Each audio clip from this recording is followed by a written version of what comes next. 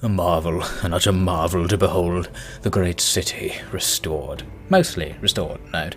Ruins remain here and there, curiously all being the ruins of old churches to the Master God. Good riddance. It was actually Constance that saw to it with some admittedly underhanded scheme to get it all done for free. Still, work done is work done. Just a shame they weren't properly replaced with places of worship. We should make this a priority. Easier to simply rebuild on what remains of the churches, is it not? Nay, the gods wouldn't accept such a half measure. They haven't seemed to express their displeasure so far, and so far they've had no attention at all. What is the meaning of that exactly? Nothing certain. Forget it. We shall propose that all undeveloped areas be devoted to the gods from now on. Splendid. I will be visiting the Forum at noon. I shall put it to the others. Perhaps the people will have something to say of it as well. You mean to say the people dare to visit the Forum again? Oh yes, didn't you see it? All yesterday the gang leaders were executed by the Praetorians. I could not have claimed the great city had been restored if the rule of law had not been saved. Fascinating. I missed it seems. I was rather distracted by the scene outside the Colosseum. Nasty business, that. Christians, you see. I think the chaos of the day gave their enemies the opportunity to finally get to them. But then again, perhaps to die on the crucifix is what they really wanted. Serves the city well to deflate such tensions, and they are no loss. Is that so?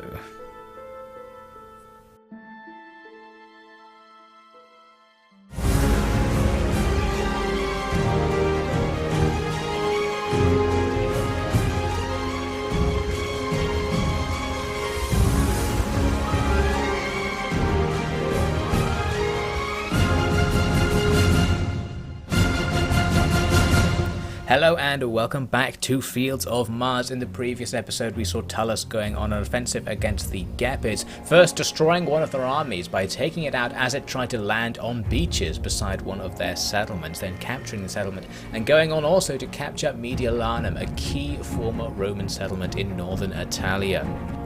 At the same time, Constans was fleeing his territory to go into Sassanid lands, hoping to escape rumours that Tullus was planning to assassinate him. Out there though, he faced multiple Sassanid armies, and his force was gradually grinded down by their relentless attack, mostly from a crossbow cav, Testudios keeping his men alive for a while at least.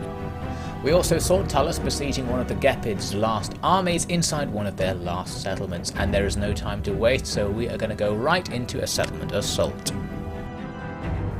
In we go then to make this attack. We can't do any big exploits like last time because the enemy's army is actually inside the settlement, so that's going to make this a little bit more difficult, but it is actually the same map that Tullus attacked in the previous episode. Anyway, we're going to start off with onager attacks, of course. We need to take out these towers because they will completely annihilate our legionaries if we can't destroy them before we advance. Luckily, the enemy settlement is very flammable today, and we managed to set fire to both the towers without actually hitting them with the onagers, so that is very nice, going to save some ammunition to kill some infantry perhaps later on. The enemy also has a navy in this battle, and they are coming around to go and land on the beach next to our deployment zone, so similar to what the enemy's transported army did in the battle on the same map last time. The problem this time is that the enemy does have onager ships, so they can just come into the bay and hit our army, and we can't do all that much about it. Our one possible response is to use our own land onager against their ships, but ships are pretty hard to hit, especially because for whatever reason land onagers are very inaccurate compared to sea onagers. You'd think it would be the other way around, but that's just how they made it. So we basically can't hit the enemy, but they can hit us. So they're going to be demolishing our heavy infantry while we try and take them out before they use up all their ammo. And we can also see that the enemy aren't landing all of their melee ships, so I think it's basically because of these transports out here. They're waiting for these transports to come so they can all land at once, but for some reason the transports have been forgotten by the AI, so they're just sitting in the corner. So as a result, all of their ships just sat there for a long time and actually played to their advantage because it allowed them to use up all the ammo on their onager ships before they did anything. We did get a couple of direct hits on the onager on this ship, but unfortunately it can't be destroyed, and the ship itself takes quite a lot of hits to go down. I think we did destroy one of the ships in the end, but the enemy did use all of their ammunition and we did lose hundreds of our troops to that attack. Now, while that was going on, I started just throwing javelins at the enemy's defending forces on the edge of town, because the AI has some kind of constraint in these battles where it's not allowed to take its units outside of the settlement it's defending except under extreme circumstances. So I'm pretty safe to just come up and throw javelins at it without much fear of reprise. The only problem is that the enemy's longbowmen, who just outrange everything we have, are able to hit my javelineers there even from really far away. So we did take losses doing this, but the losses inflicted against the enemy were completely worth it. Here you can see one unit actually almost left the town. It walked up to the edge and then turned back, and as it was running away from us, of course, they don't have their shield defense, so our missile attacks do extra damage. Very nice. So we're just slowly thinning out the defenders there, ready to make our main attack. We'll just use up all our ammo as much as we can. And eventually the enemy's naval forces did land. They actually landed not exactly where I thought they would. So you can see I'm trying to reposition the forces I'd prepared to receive that naval landing. They're all out of position, but we do get most of the enemy units into melee here. And this is an onager crew. Our heavy infantry now going to take some sweet revenge. This crew has no chance, no idea why they even bothered to land it as part of their naval assault. Down they go. And the rest of the marines the enemy have won't be all that good either. The actual main strength of this landing is the regular units that finally came round on the transports, especially the Germanic warband armed with axes, very effective. Even Tullus has to come in here to stop the enemy from getting into their settlement, because we want to try and engage all these units before they get anywhere near any of their allies, so we can take them out in isolation. So that's why Tullus is going to have to come in and help out against some of these weaker units. The problem we're going to have here, though, is that these axe troops, as I said, are very good against heavy infantry. They have a bonus against armoured units, which removes a lot of the strength of legionaries, and you can see our guys are just being cut down all over the place as they go in, even with this rear attack on the enemy's axe unit. It's not nice at all. The difficulty level will be contributing to that as well. So we're going to have to try and grind through these guys. We're going to get enough forces together to basically surround them as much as we can and just try and kill them. But the numbers on our side dropping surprisingly quickly. And we do eventually surround them, of course. The enemy's general was in there as well, and he proved surprisingly difficult to take down. And we did actually lose a whole unit of spear cohort in that battle. The Axemen took them out before immediately routing themselves, and they rout into the legionaries. So once again, a chance for the legionaries to take some sweet revenge, this time just cutting down everyone as they try and push through, I guess back in the direction of the boats, which is not a very good way to run right now. And with the enemy's general unit in there, he is now going to be on his own facing all these legionaries. It's only Germanic nobles, which, as we said before in this campaign, is actually one of the worst units in the game, so they're going to go down very fast. And just look at what's been happening while all that was going on. My archers have been focusing down all of the melee units defending this entrance to the town, and thanks to that nice AI exploit where they just couldn't move and just stood there taking it, we have completely annihilated them, taking down like 5 or 6 of enemy units. And this one unit here was routing, came back from routing and turned around, and then itself was even more destroyed because of that decision. So basically, we've completely eradicated a large block of the enemy's defending force, giving us a perfect opening to now plan our attack into their town. I was surprised by how quickly the people of northern Italia had warmed to these Gepid kings. True, they had no choice. Even then, they seemed to have adopted their cultural practices and even parts of their language, undoing the work of hundreds of years under the Empire. The only explanation can be the Gepids' rather convenient conversion to old Roman Christianity. No doubt it was an insincere move, but one that earned them the loyalty of a desperate people down one holy emperor. We are to remove the blight of the Church in order to re-establish the control of the Senate in these regions.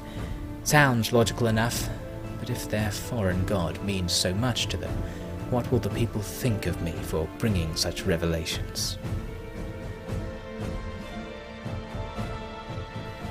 We're going to use the opening that we've created to head into the town, and the enemy are going to send the odd unit to come and stop us once we cross the threshold, and that's basically enough to stop us because of all the choke points. Having one unit in the way will delay our advance. We can do the same thing to the enemy there. I'm sending a unit of legionaries to try and block off most of their army. I noticed I almost have a run to actually go and take their capture point. This isn't a walled settlement, so taking it doesn't actually do anything, but I think it might reduce their morale or something. Perhaps that was Rome 2. In one of the games it only affects units on the capture point itself, which makes it pretty much pointless, but we'll do it anyway.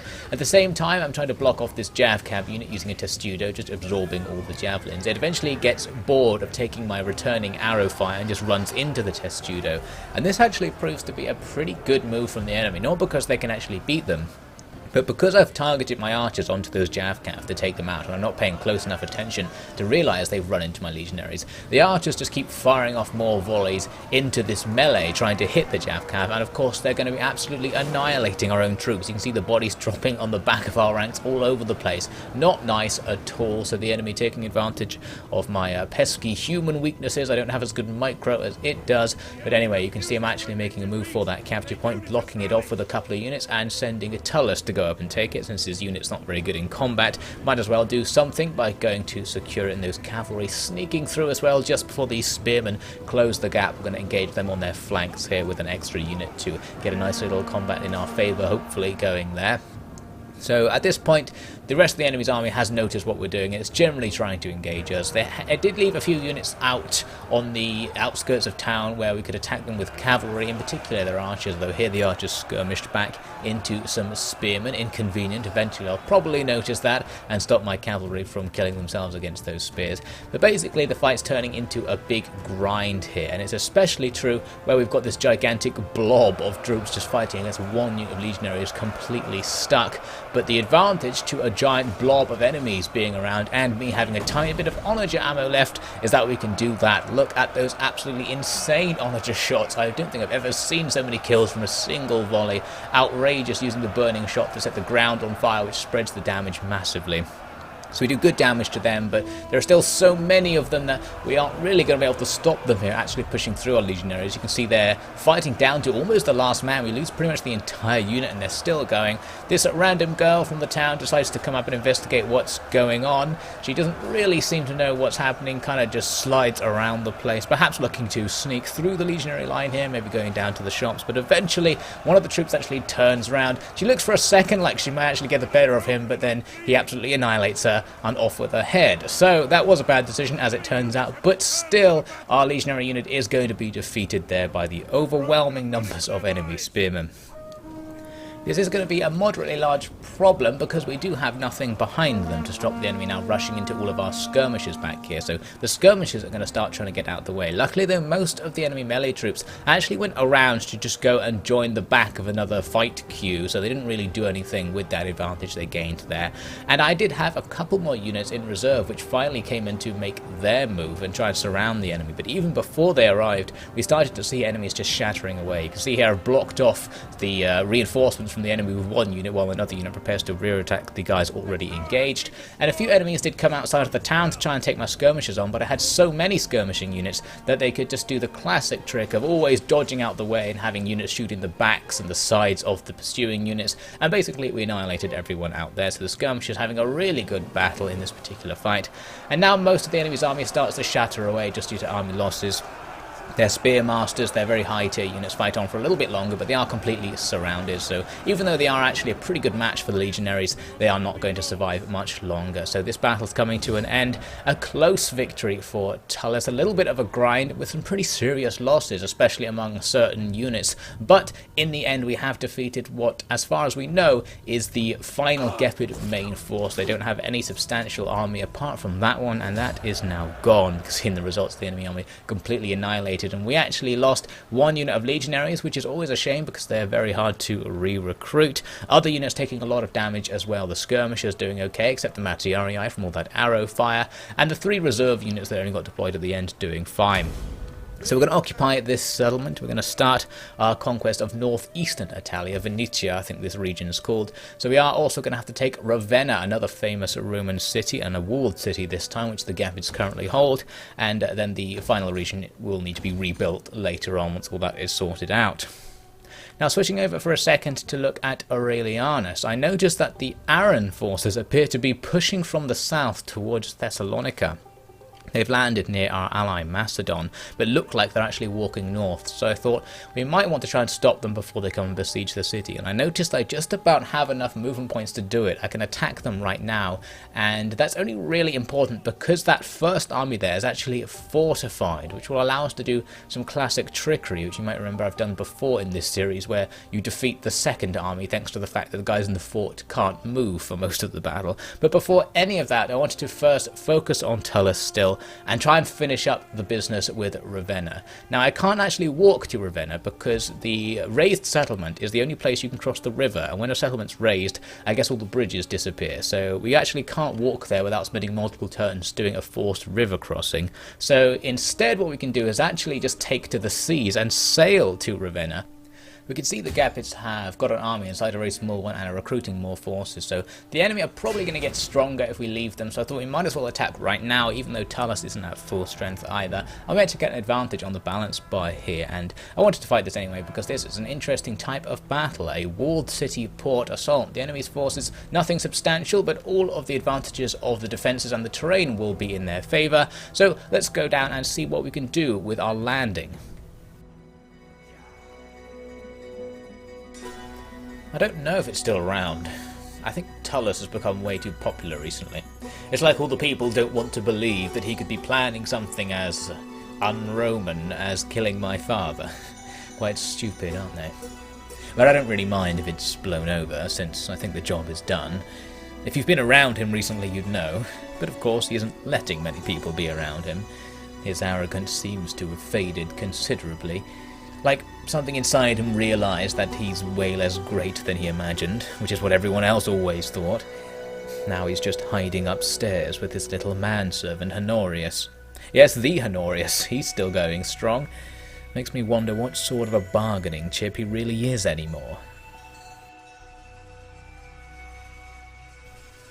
Our ships approach the docks at Ravenna. Going to have to try and find some landing points for us to get into the city because we don't really have the equipment to get in from the outside, so we are going to have to do interior landings, which are a little bit slower and more dangerous, but sometimes more effective. Now, the first threat in this battle is the fact the enemy actually have a couple of naval units who could take down a few of my transports if they really wanted.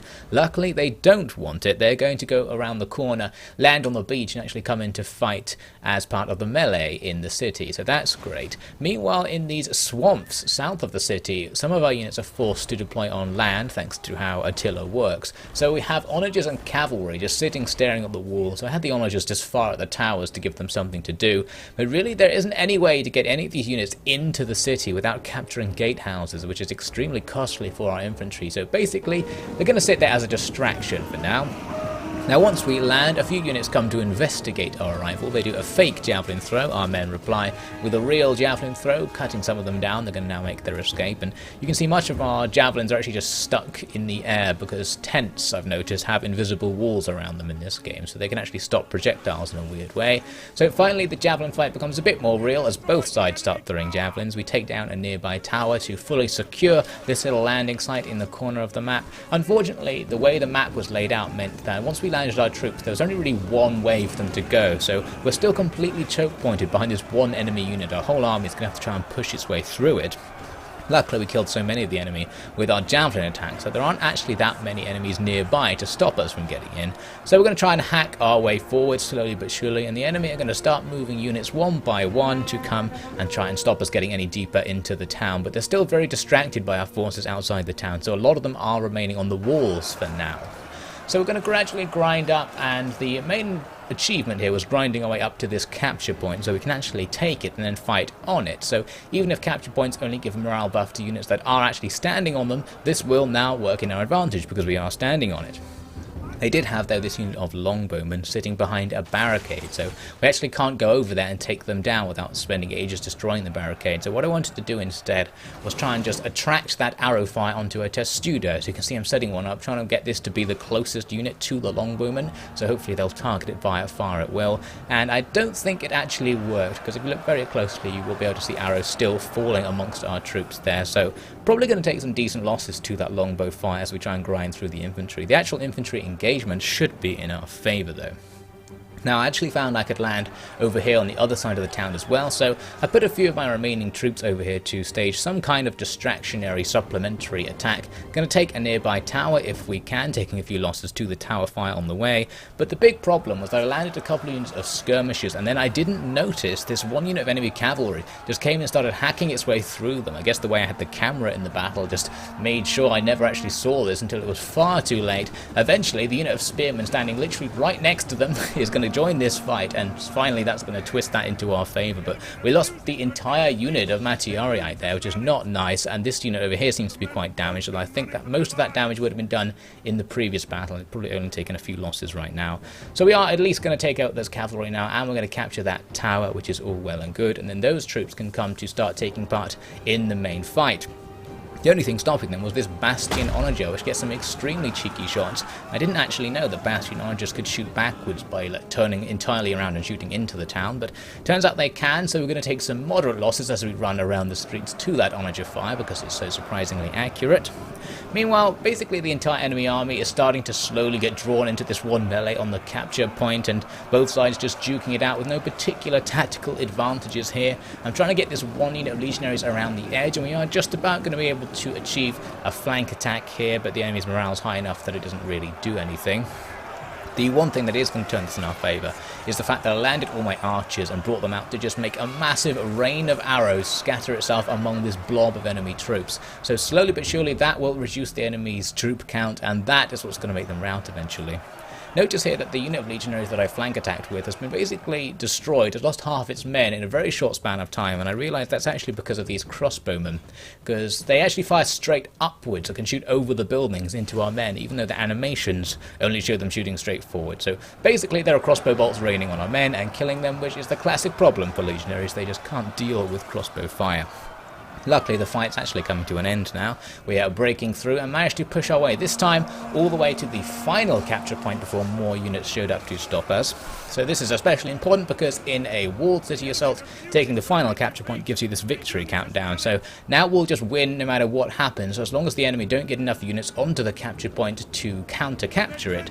So we're just going to set up a little wall of troops to make sure they can't do that. And the enemy's general dies somewhere in the mix as well, so that's always going to help out, although not especially relevant at this point. One Matiarii taking revenge on that Germanic noble for the loss of probably most of his unit. So I didn't really need to do anything at this point. We're just going to have the fight grind down and the enemy just automatically shatter once the timer runs out, so we don't have to risk any more of our own troops by going to defeat the rest of them or capture gatehouses or towers or anything like that. We can be nice and conservative and still get that victory thanks to the capture. So it ends in a decisive victory. Wasn't all that hard, actually a lot easier than the regular town assault we saw just before. So that's the great city of Ravenna finally restored to Roman hands. Will that be the last of it then? Well, look at it this way. Last time troops like these were here, we were settling in for a good few hundred years of peace, so the priests say. So let's hope history will repeat. But these folk ain't Roman, are they? They ain't Italian. Last folk weren't Italian either, but you didn't have a problem there, because they were strong. That's all that's gonna count soon. Oh right, it's about the Dark Horsemen again, is it? Gepids say they'll save us from the end of the world, but we only have their word for it that there's even such a thing. Not exactly scripture, is it? It will happen. I've seen it. Visions. Gepids made us one of their own. They would have saved us. These pretend Romans won't stay beyond the first arrow.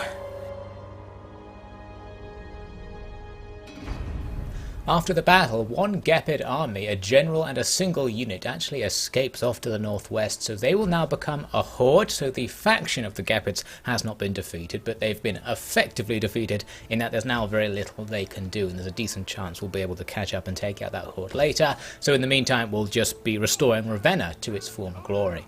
So now we're going to switch back over to Aurelianus to go ahead with the attack that I mentioned earlier, where we're going to come up on this fortified Aran army, where the main boon of this fight is the fact that we can actually attack their reinforcements by basically exploiting the fact that fort battles cause the AI inside the fort to do nothing for the duration of the fight until you go into the fort. So we're just going to set up on the edge of the map, let the enemy main force just stew there in the fort and watch as we attempt to trap the enemy reinforcements. Now you can see I didn't really know where they were going to come onto the field, so I had a nice wide front and they came on basically just on the edge of where I deployed. So we are going to have to scramble a little bit now to try and catch all the enemy units before they rush towards the fort and try to go inside, but we should just about be able to do it. They have a very powerful unit of heavy cav leading their attack, and they're actually going to slam into these legionaries and do decent damage in this melee now, our formation not very suitable to fighting cav there. They've brought a lot of onagers as well, and they basically started firing as soon as they got across the red line of death, and they all decided to target Aurelianus, which is big trouble. He's going to have to try and dodge all these shots. We do want Aurelianus to actually make an attack in this fight because his expensive Praetorian cav are extremely powerful and will just wipe out anything they come into contact with. Meanwhile, the rest of our army is going to have to do a very messy engagement where we just try and catch all the enemy units before they run past and get something going before we then can make more detailed plans to overwhelm them. Nicely, the enemy didn't leave any melee units near their skirmishers or the onagers, so it's going to be absolutely free reign for our cav to just rush in, even sending in some legionaries to just completely clear up all of the enemy's back lines here and actually take out most of their army without any resistance. The only problem we'll actually face here is the fact that the enemy can rout off the field there really easily because they're right on the edge, so we probably won't kill as many as we would have if the onagers had pushed a little bit further into the map. But oh well, still better than nothing. We'll take as many out as we can, and we had plenty of rear attack opportunities, of course, so we were able to take out all the melee infantry as well, so we just try and finish them off. Now though, we have to think about the actual fort with the enemies in it, and I wasn't really sold on the idea of actually attacking them at all because we don't actually need to, but one thing I wanted to do at the very least is send up my Cairo Ballista to go and range shots into the fort. You can see from the range markers here that they can actually get up pretty close without coming into range of anything the enemy has, and this proved to actually be deceptive because they have all these onagers, and the only reason it looks like I'm not coming into range is because none of them are actually facing me, which I didn't realise. So as soon as I get close, they turn, and then the Cairo Ballista comes under some deadly attacks. These onagers proved to be very accurate today, just slamming shots all in a really tight area, so even though the Cairo Ballista and its crew are a pretty small target, they managed to take some serious damage from this onager fire. So we lose 2 of the actual siege pieces, and the crew is going to now scramble to push the remaining 2 back out of the range of the onagers, taking that pinpoint laser accurate fire the entire time. Very strange how accurate they were, but then it might just be AI cheats. So we'll make our escape since we were right on the edge of the range, so we won't take too much more damage as we go.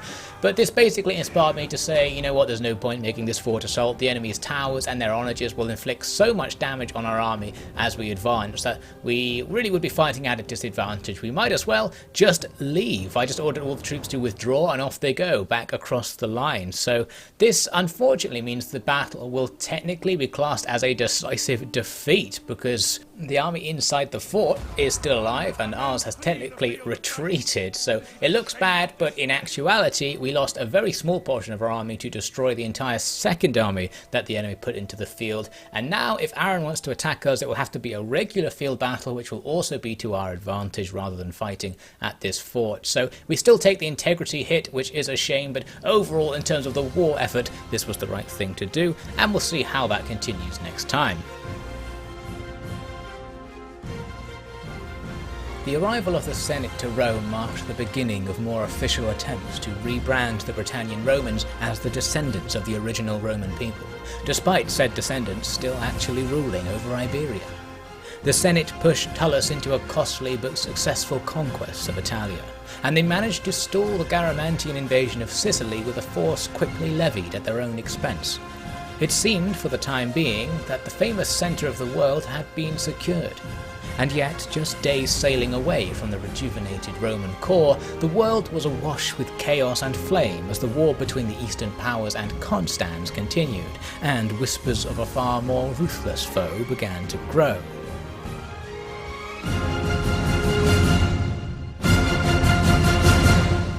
So thank you so much for watching, and just as things look like they're finally going our way now, we're going to have to make some difficult decisions and plot out some difficult battles in the next episode of Fields of Mars.